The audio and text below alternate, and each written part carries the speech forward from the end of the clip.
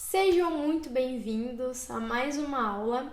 O tema da aula de hoje é como fazer a gestão de uma equipe de ergonomistas, né?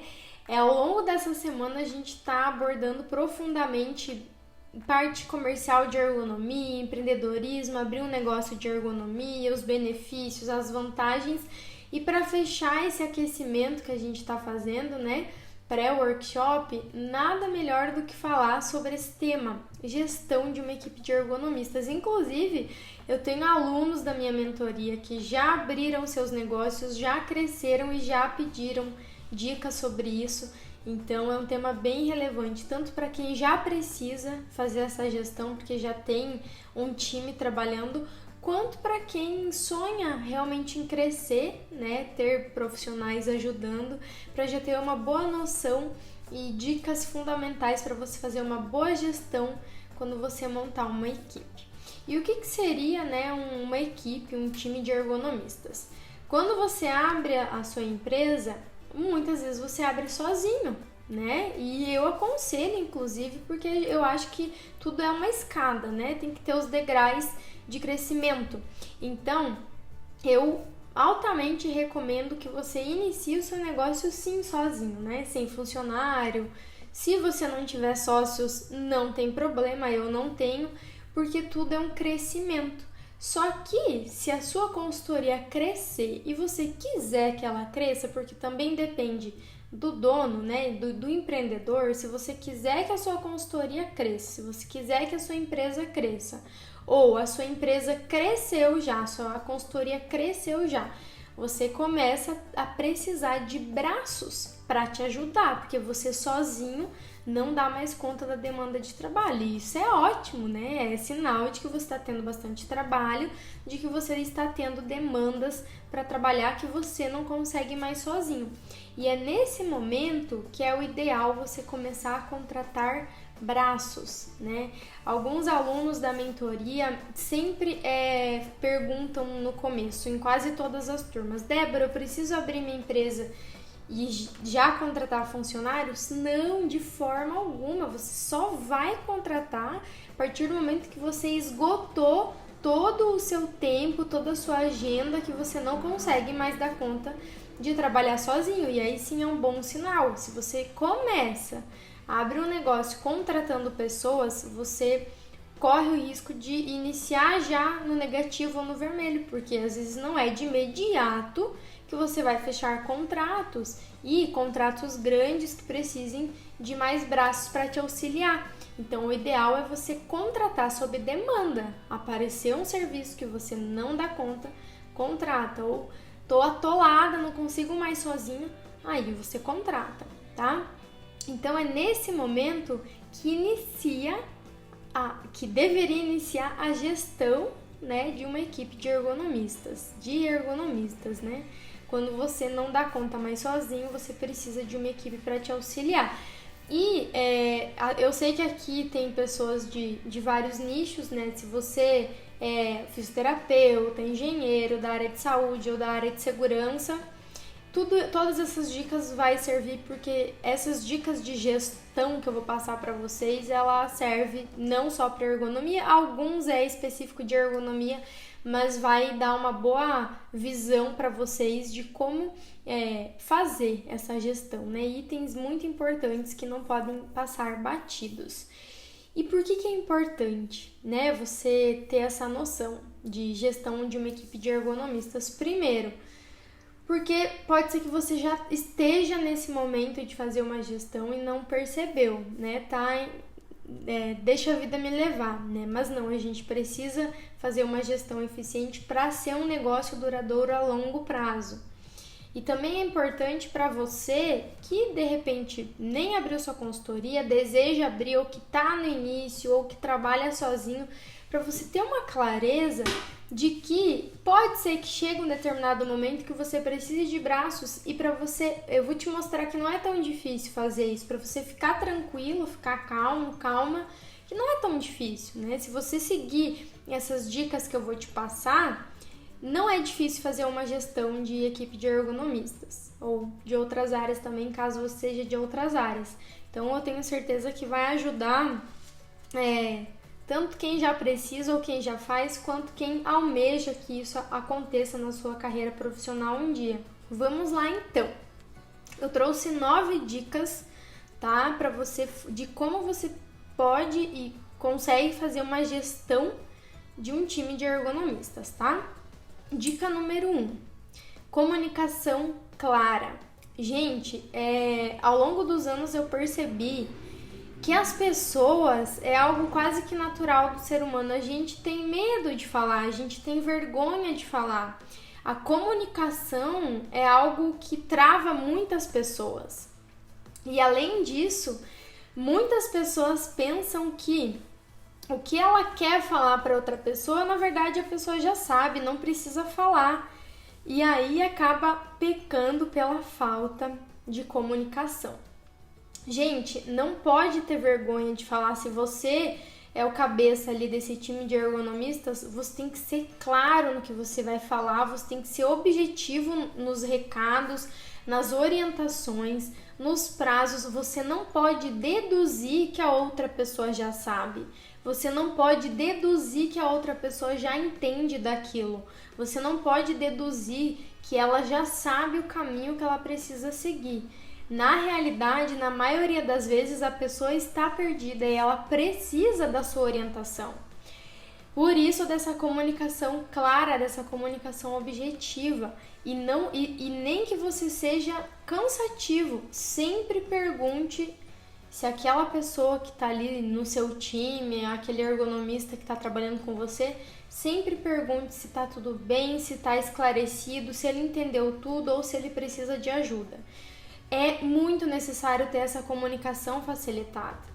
E a gente peca, às vezes, não é por maldade, é por pensar que o outro sabe o que a gente sabe, é por pensar que o outro entende o que a gente entende e que ele já sabe o que tem que ser feito. Na maioria das vezes não, né? Principalmente se esse profissional não passou nos trâmites de fechamento junto com você, de negociação e tudo mais, é muito provável que realmente ele não saiba. Então, o ideal para essas situações é fazer um checklist de informações para cada novo cliente. Então, assim, informações básicas que você precisa falar para o ergonomista que está ali no seu time. E o ideal também é entregar um checklist. Pode ser por e-mail, pode ser papel físico, dependendo se você trabalha com um time todo remoto, que é totalmente possível. Você não precisa ter um escritório e colocar 10 ergonomistas dentro, não. É totalmente possível trabalhar 100% remotamente, né? Cada um no seu home office. Então pode ser por e-mail ou pode ser em papel, caso você, sei lá, trabalhe no escritório com as pessoas. Mas monta um checklist base que cada novo cliente que for, você coloca as informações básicas sobre o que é esse projeto, o que é esse trabalho, endereço, prazo, tempo de coleta, tempo de análise, enfim, o que precisa ser analisado, se vai ser uma análise padrão que vocês já conhecem ou se vai ser uma análise pontual de alguma situação.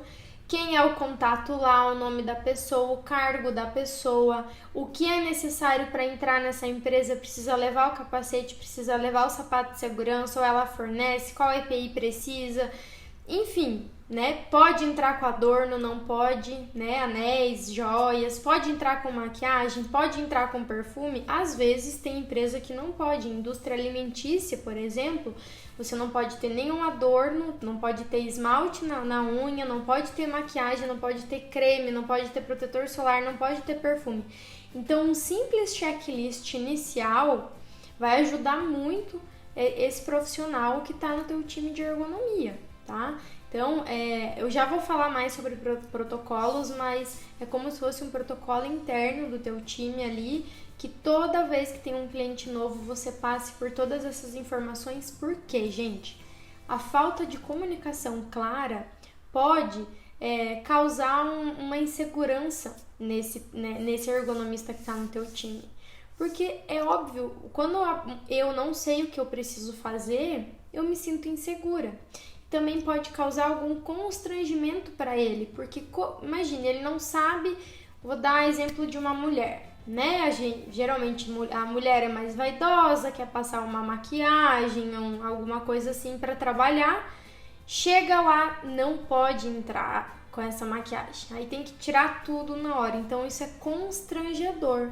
E uma simples comunicação clara, direta, objetiva, passando todas as orientações, evitaria esse constrangimento.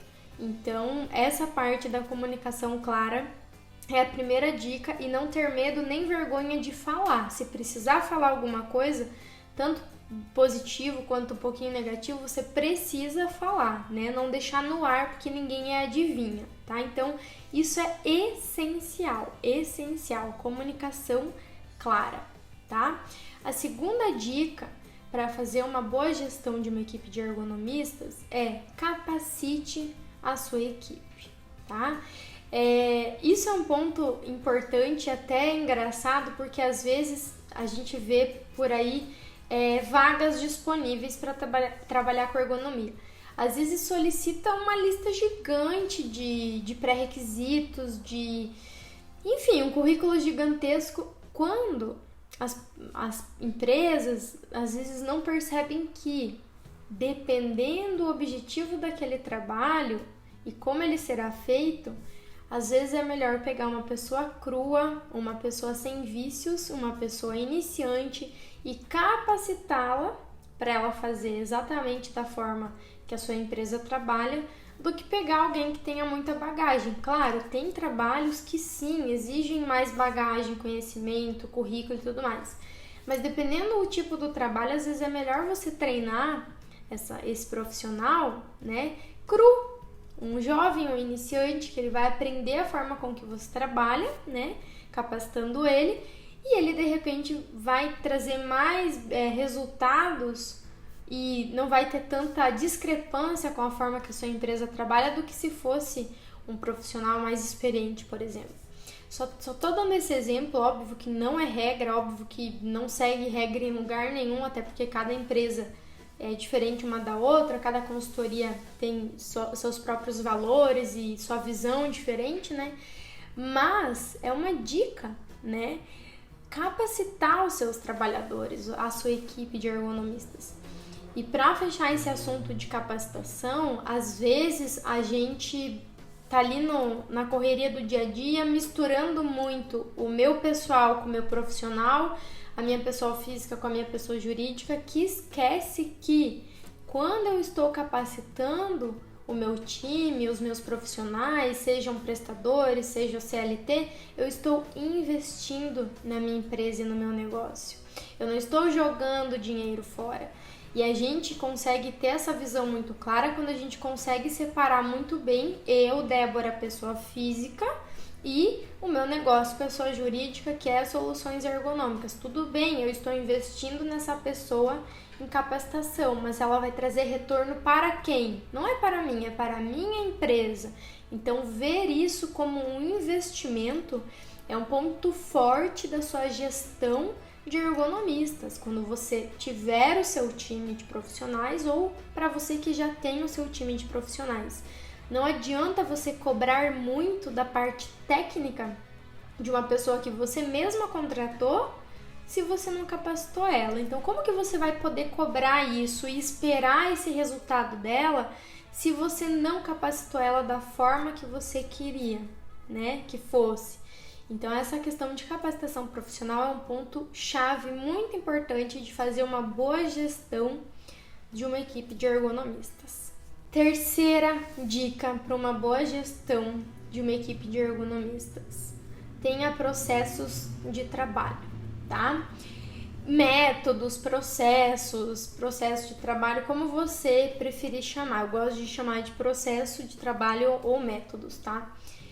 O que seria isso? Toda vez que você precisa fazer uma análise ergonômica nova, de uma nova empresa, você já tem um processo de trabalho, um método pré-definido que os seus ergonomistas vão seguir.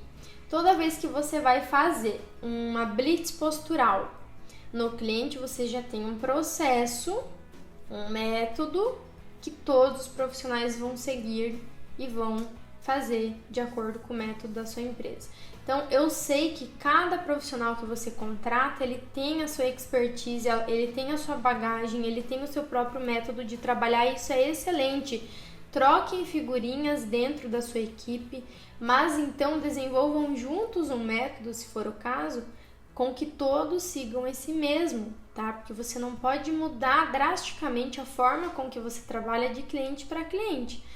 Primeiro porque isso quer dizer que você não tem processos de trabalho bem definidos, e talvez isso queira dizer que você tenta reinventar a roda toda vez que vai num cliente novo. Não estou dizendo que é copiar e colar ou que todos os clientes são iguais, não.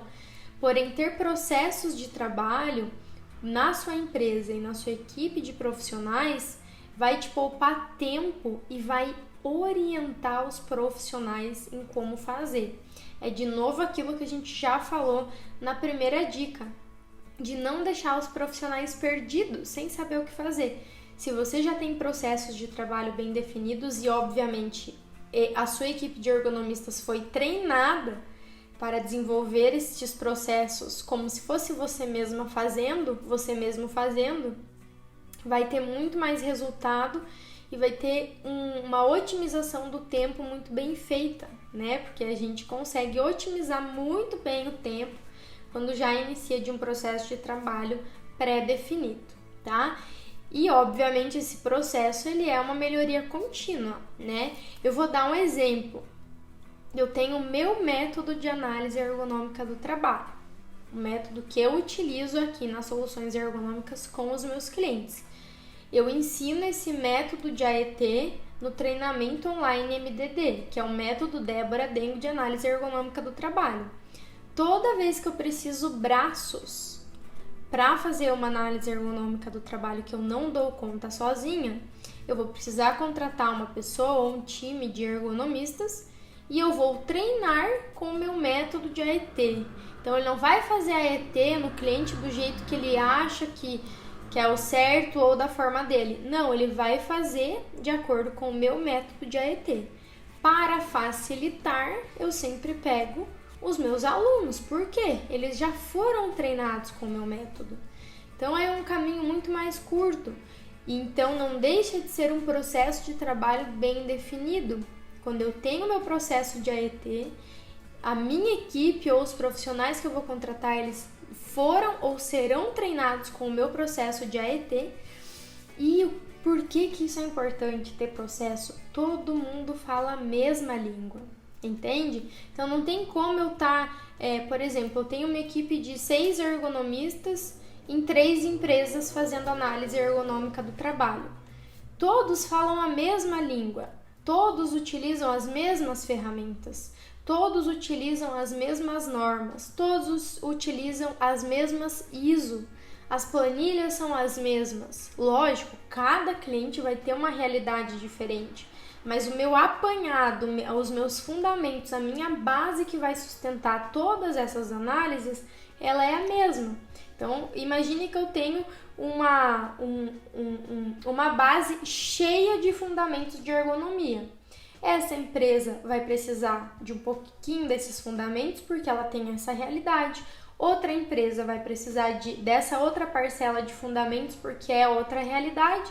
E essa terceira empresa vai precisar de uma outra parcela de fundamentos porque a realidade dessa empresa é a mesma. Mas essa bacia cheia de fundamentos, todos os ergonomistas da minha equipe, eles conhecem, eles falam a mesma língua. Quando surgirem novas empresas, eles vão, de novo, utilizar esses variados fundamentos, mas todos estão nivelados no que a gente utiliza de processo de trabalho, de fundamentos e tudo mais. Então, isso facilita para pedir ajuda. Eu tô com essa questão aqui para avaliar essa atividade. Você consegue me ajudar? Claro que ele vai conseguir. Por quê? Porque a base, o fundamento que eles usam para a análise é o mesmo. Então, vai ser um ajuste e outro ali com o colega e vai ser possível fazer, dar essa ajuda, porque todos falam a mesma língua. Agora, não tem como, numa equipe de profissionais, um profissional utiliza a BNT NBR ISO 11226 para avaliar a postura estática e o outro usa o RULA. Como que eles vão se ajudar se a metodologia que eles utilizam é diferente? Se eu tenho uma dúvida de avaliar a postura estática, tô com uma dificuldade aqui na planilha. Mas essa planilha eu não conheço. Mas essa ISO aí eu não uso. Então, acaba que isso é um problema dentro de uma equipe de ergonomistas. Então, não é para limitar o conhecimento, você só vai conhecer isso, você só vai conhecer isso, de forma alguma. Mas o processo de trabalho, as metodologias, os fundamentos, todos têm que conhecer de toda essa metodologia, todos esses fundamentos, de forma igual. O que cada um traz de bagagem de diferente, de novo, só vai agregar. Mas o processo, a base, os fundamentos, todos precisam saber para caminharem iguais e para poder se ajudarem. E para você também entender a língua do que todos estão falando, né? Seguindo fundamentos. Então, essa dica de processo de trabalho, gente, é muito importante mesmo. E treinar essa equipe de ergonomistas, a sua equipe, para todas fazerem o mesmo processo de trabalho, que reforço, óbvio que a realidade de cada cliente muda, mas você precisa chegar no teu cliente com um processo pré-definido, não tem como começar do zero, pegando um papel em branco lá, sem nenhum processo pré-definido em cada cliente que a gente vai. Isso é ser amador, tá? Não é ser profissional. Bom, e junto, né, bem parecido com essa dica, algo que complementa, a dica 4 é ter formulários numerados. O que é isso? Então, por exemplo, toda vez que eu preciso aplicar a ferramenta NIOSH, eu tenho um formulário de coleta, que se não me falha a memória é o formulário 2 ou 4, não sei, aqui da minha empresa. Ele é um formulário atualizado constantemente e tem números que aí facilita na hora de conversar.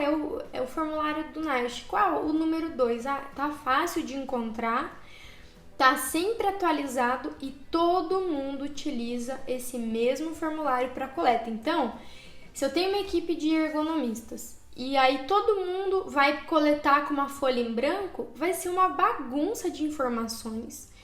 Pior ainda se for em uma mesma empresa. Então, eu tenho 3 ergonomistas numa mesma empresa, um coleta com uma folha rosa, o outro coleta com o checklist que ele inventou, o outro coleta na prancheta, numa folha 4 em branco e vai... Como que eu vou unir essas informações? Como que eu vou organizar? Como que eu de fora, que sou, digamos assim, a cabeça dessa gestão, desse time de ergonomistas, vou bater o olho e vou falar, meu Deus, o que é isso? Não estou entendendo nada. Vocês precisam ter formulários para tudo, formulários padrão, que obviamente sempre vai ter um espaço em branco para anotações extras, porque a gente encontra novidades em todos os clientes que tem que ter ali um adendo, claro, mas você precisa ter checklists e formulários prontos, numerados, atualizados constantemente e treinar também a sua equipe para utilizar. Então, o que acontece quando a gente faz isso? Se eu tenho uma equipe aqui no Paraná atendendo uma empresa e eu tenho outra equipe lá em Recife, sei lá, atendendo uma outra empresa ou uma filial dessa mesma empresa, pode ser, todo mundo vai estar analisando as mesmas situações com os checklists parecidos, checklists de coleta, estou falando não de análise, né, de coleta de informações.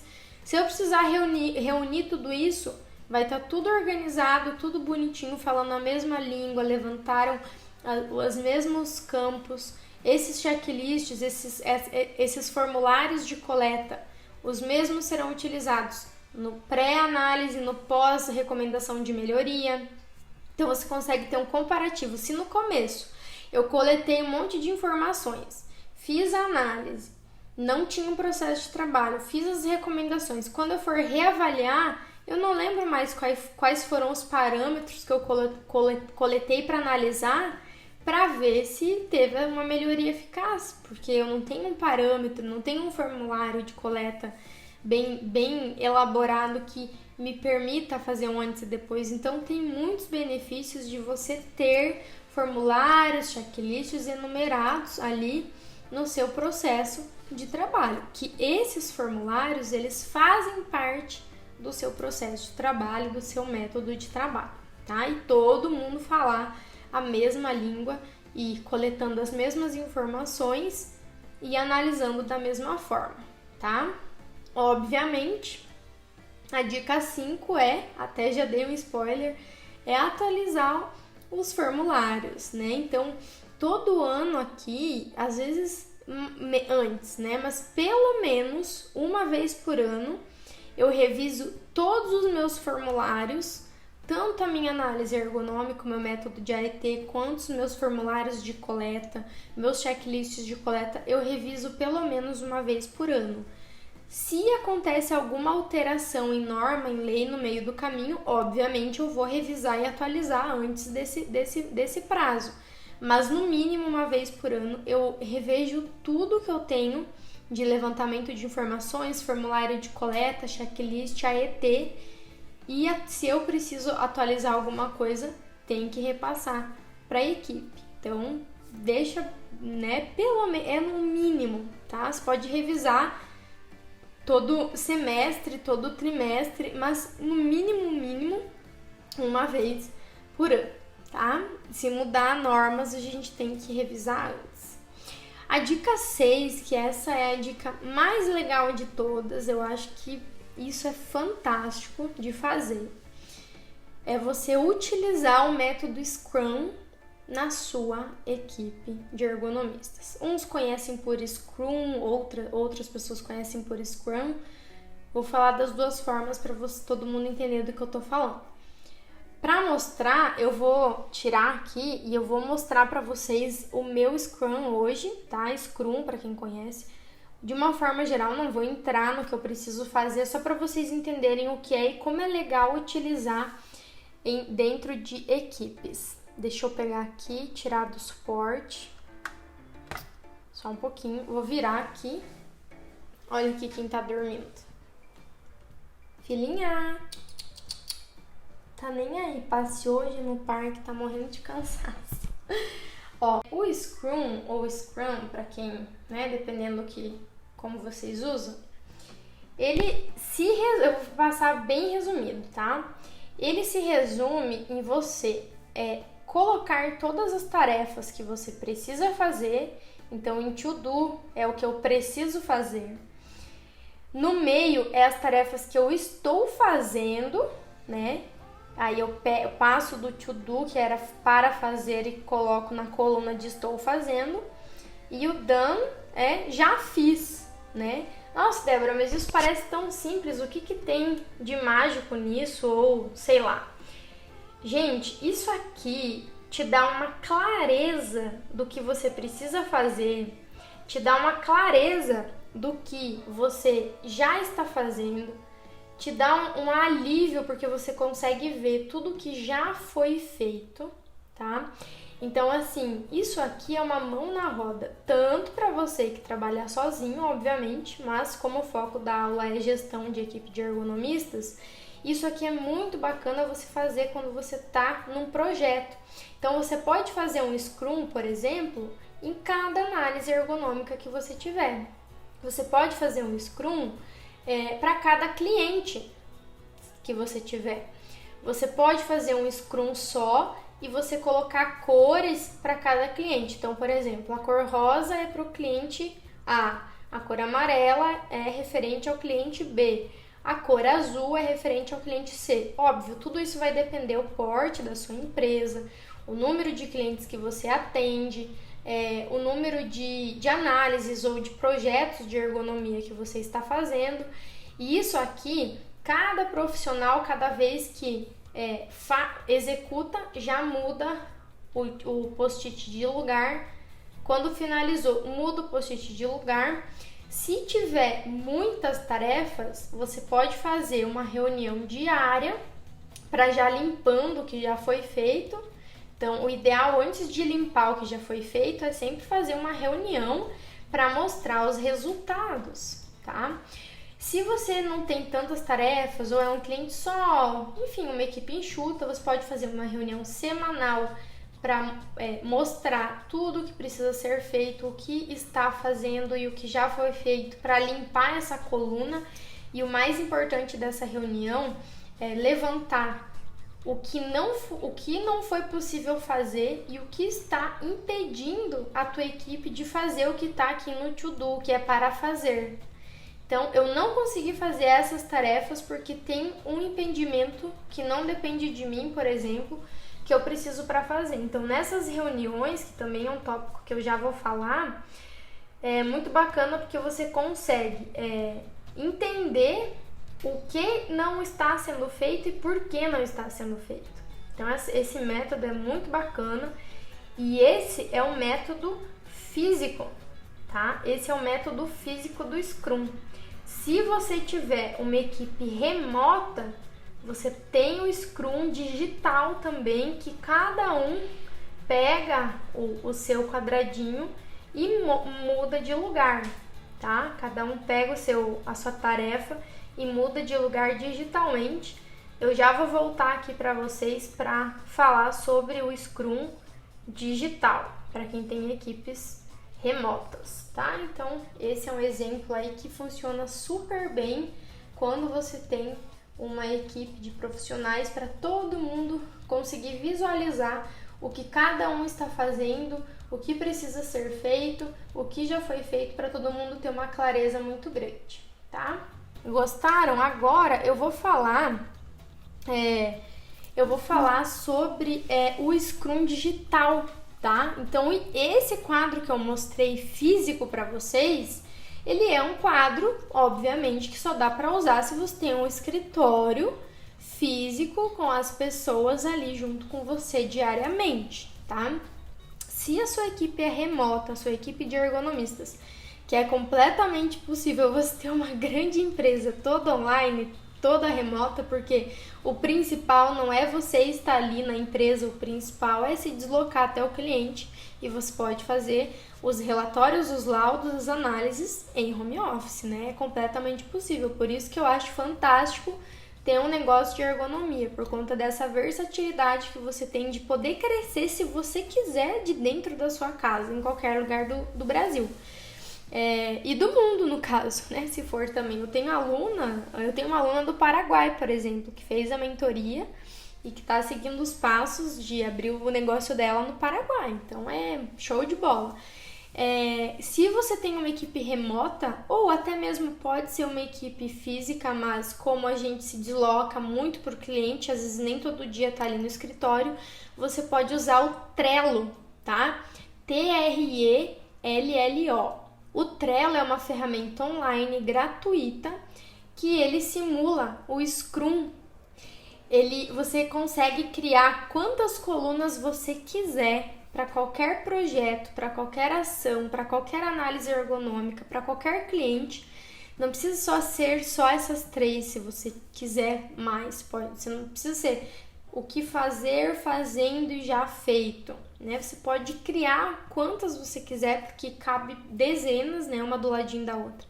E você cria os post-its, digamos assim, né? Que se chamam quadros, no Trello se chamam quadros, mas é como se fosse o post-it, e você consegue movimentar ele, né, em cada ação. Então, cada passo que você dá, você consegue movimentar no sistema, e todos os membros da equipe conseguem ver o que está sendo feito em tempo real.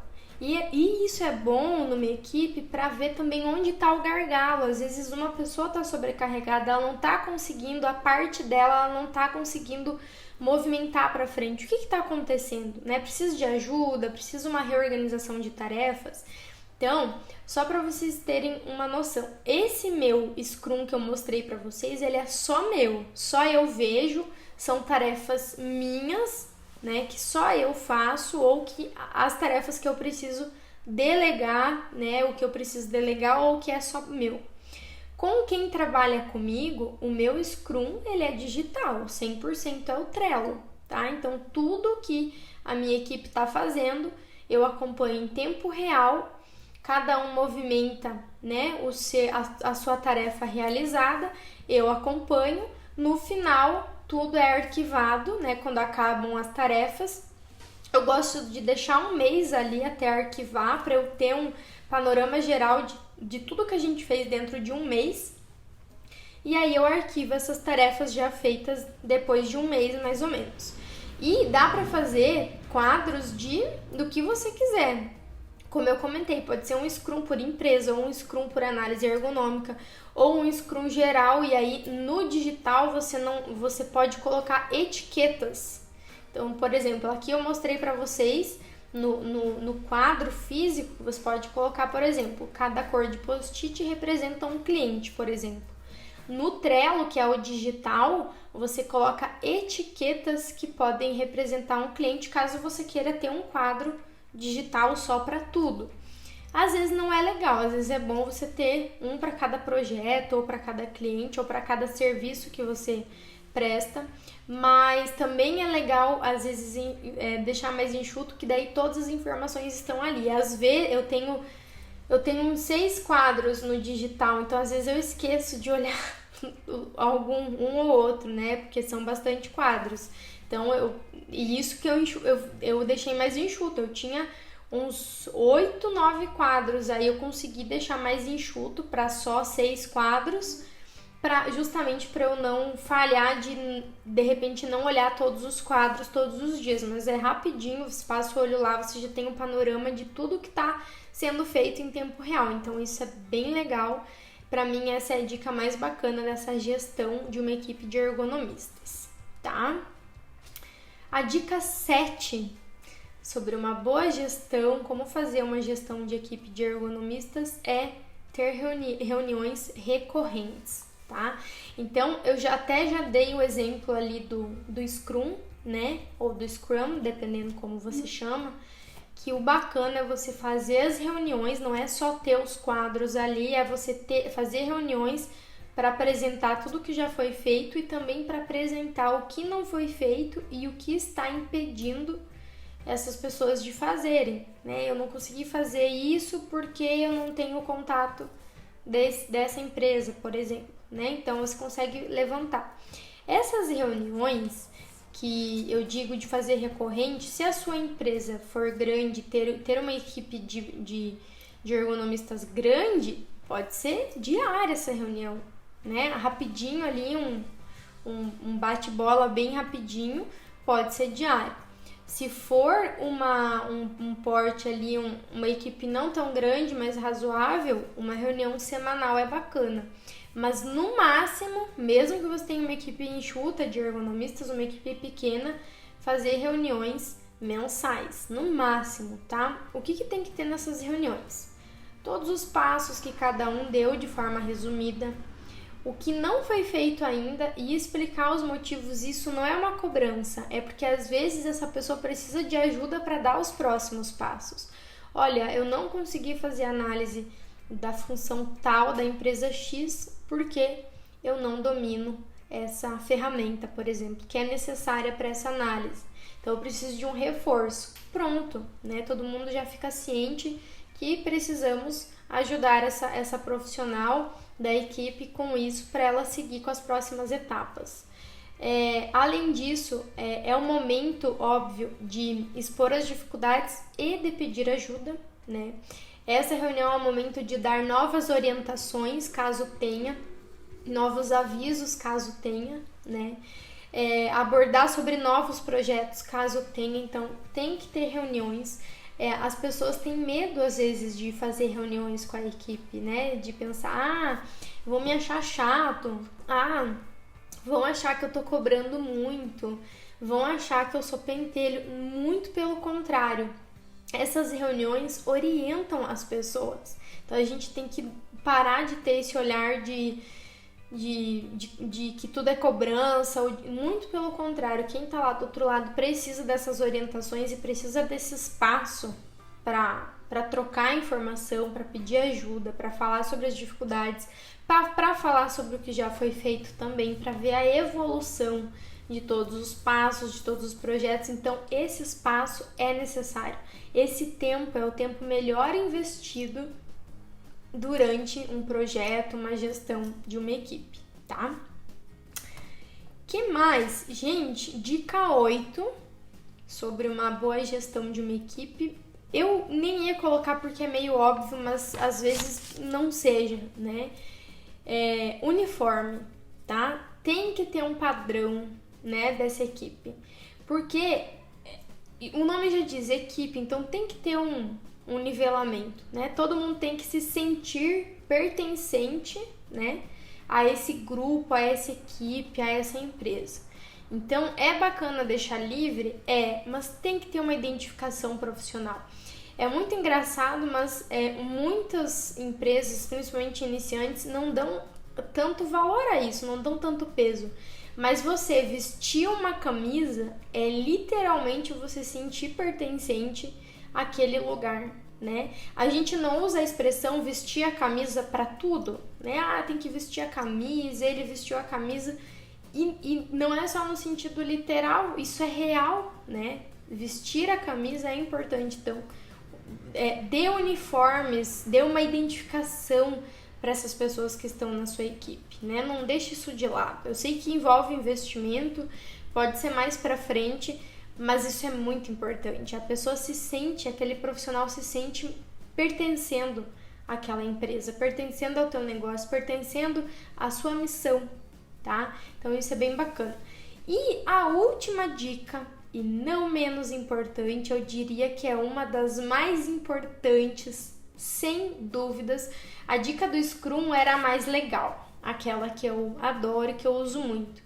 Mas essa última dica, dica 9, é a mais importante de todas. Valorização profissional. Gente, não existe coisa pior para um colaborador, para um profissional autônomo que está com você vestindo a sua camisa, para quem está ali com você, não tem nada pior do que a falta de motivação, a falta de valorização profissional. Gente, vocês precisam valorizar quem está com você. Não seja aquele ser superior que fala e pensa assim, não faz mais que obrigação. Não seja esse tipo de gestor de equipe de ergonomistas ou de qualquer outra equipe. Não tem nada mais frustrante. Motive os profissionais. Grite junto quando tem as conquistas. Vibrem a cada projeto concluído, a cada cliente atendido. Vibrem as pequenas conquistas, vibrem as grandes conquistas. Não deixe aquela energia de quem está iniciando morrer. Porque o que acontece quando a gente entra num emprego novo, numa equipe nova, pertencer a uma empresa nova, a gente tá com aquela energia de fazer valer, de quero aprender, quero executar. A grande maioria das pessoas são assim. E o porquê que essa energia ela vai sumindo? Por falta de valorização profissional. Só por isso. Não é só por isso, óbvio, cada lugar tem seus motivos, mas eu diria que isso é 80% do motivo de a vibração e a energia de um profissional ele ir decaindo ao longo do tempo. A falta de valorização profissional. E eu não estou dizendo para você dobrar o salário dessa pessoa em 6 meses, para você pagar uma viagem para Orlando. Não é nada disso e nem é isso que os profissionais querem. Eles querem pequenos mimos, eles querem palavras, parabéns, deu certo, você conseguiu. Pequenas comemorações, porque isso tem que ser constante e frequente. Não adianta você dar uma coisa legal, bacana uma vez no ano, tá? E o ano inteiro ele fica ali na expectativa e não sabe se deu certo porque não teve uma comemoração, não teve uma vibração. Então, você precisa valorizar e não precisa dobrar o salário em 6 meses, não precisa dar uma viagem para Orlando. Nada disso. São vibrações diárias, né? Comemorações de conquistas, sejam elas pequenas, sejam elas grandes. Comemorar o final de um projeto, comemorar a entrega de uma ET, tem que ser valorizado tudo isso. Todos os passos, né, alcançados, tem que ser valorizados e eu diria que esse é o principal de uma gestão de uma equipe de ergonomistas, tá? Gente, essas eram as dicas que eu queria passar hoje sobre gestão de ergonomistas. Eu vou ativar os comentários de novo para ver o que vocês acharam. A Lu mandou aqui, se todo mundo pensasse dessa forma, no início somos crus e inseguros. Da questão lá de, isso é ter visão, da questão de capacitar, né? Você não precisa só contratar pessoas experts, né? Você pode sim contratar um iniciante e moldar ele, capacitar, treinar, investir nele, porque é aquele negócio, é um investimento no seu negócio, né? Não só na pessoa, lógico que essa pessoa, você também está investindo nela, mas isso reflete investir no seu negócio. Então, que bom que vocês gostaram e esse é um pensamento bem importante. Com tudo isso, sobra tempo para o gestor fazer a ET? Sem dúvidas! Claro, pode ser que exista um momento que você só supervisione, tire dúvidas e faça os fechamentos e tal. Mas se não for esse o momento e esse o caso, sobra tempo sim. Gente, isso aqui é coisa rápida, tá? Isso aqui é coisa rápida. Parece algo, né, mais demorado, mas não. Por exemplo, comunicação clara no dia a dia, né? Tem que ser feita. Capacitação, cada um vai fazer a sua. Então, cada um vai tirar um tempinho ali, né, para fazer a sua. Processo de trabalho e formulários, você faz uma vez só.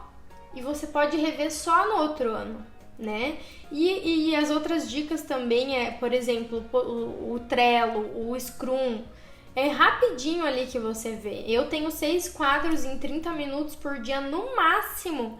Eu vejo tudo que está acontecendo em tempo real, faço as minhas movimentações, a minha parte também do Scrum, né? Que geralmente é aprovar as ações. E no máximo em 30 minutinhos. Então, sobra tempo sim, pode ficar tranquilo. Só que só sobra tempo quando a gente cria como hábito. Se a gente faz esporadicamente, é como se cada dia que a gente fizesse fosse um dia novo e começando do zero. Então, a gente precisa criar os hábitos para eles virarem rotina, para a gente não gastar tanto tempo, né? Então, por exemplo, quando você foi, sei lá, aprender a dirigir, né? Você fazia tudo muito lento, muito devagar. Manobrar, vou dar essa dica é melhor. Quando você foi aprender a manobrar, você demorava 2 meses para entrar numa vaga e tudo errado. Mas o hábito de praticar, né, diariamente, você consegue manobrar ali em 10 segundos, né? Então, você tem que permitir que isso vire um hábito. Então, no começo é consistência e depois tudo isso a gente faz de uma forma bem prática. Jamile, já estou preparando meus formulários com suas lives. Show de bola! Show de bola! Franklin, gestão é fundamental para conseguir escalar o negócio. Não tem como crescer sem. Perfeito, falou tudo. Se você quer crescer, você tem que ter gestão. Senão chega uma hora que empaca. Você não consegue mais organizar. Sou engenheiro de segurança de trabalho e para mim esse mundo de ergonomia é tudo novo. A nossa empresa hoje está indo no sentido de elaboração de AET e ProErgo. Essas dicas são ótimas. Que legal! Que legal! Boa sorte aí, né? Nesse novo trabalho da sua empresa e sem dúvidas é um caminho sem volta, né? Porque a ergonomia ela transforma as empresas. Então, que vocês possam ter muitos clientes aí na empresa de vocês, torcendo bastante. Débora, contratar CLT ou autônomo, como decidir isso? Isso é um pouquinho mais complexo de falar, tá? Resumindo, tá? CLT é só se você tiver bastante demanda de trabalho, porque aí esse profissional vai ficar full time com você. Se for uma demanda pontual para uma análise que você sabe que vai durar 3 meses, você não pode contratar CLT. Você até pode, mas não é o mais inteligente a ser feito. O mais inteligente a ser feito é contratar um autônomo. Se você tem um projeto que dura 12 meses, é mais interessante contratar um CLT. Então, tudo depende da demanda, quantia de trabalho e o prazo desses trabalhos, tá? Certo, gente? Bom, é isso. Vou encerrando então por aqui. Grande abraço e até a próxima. Tchau, tchau!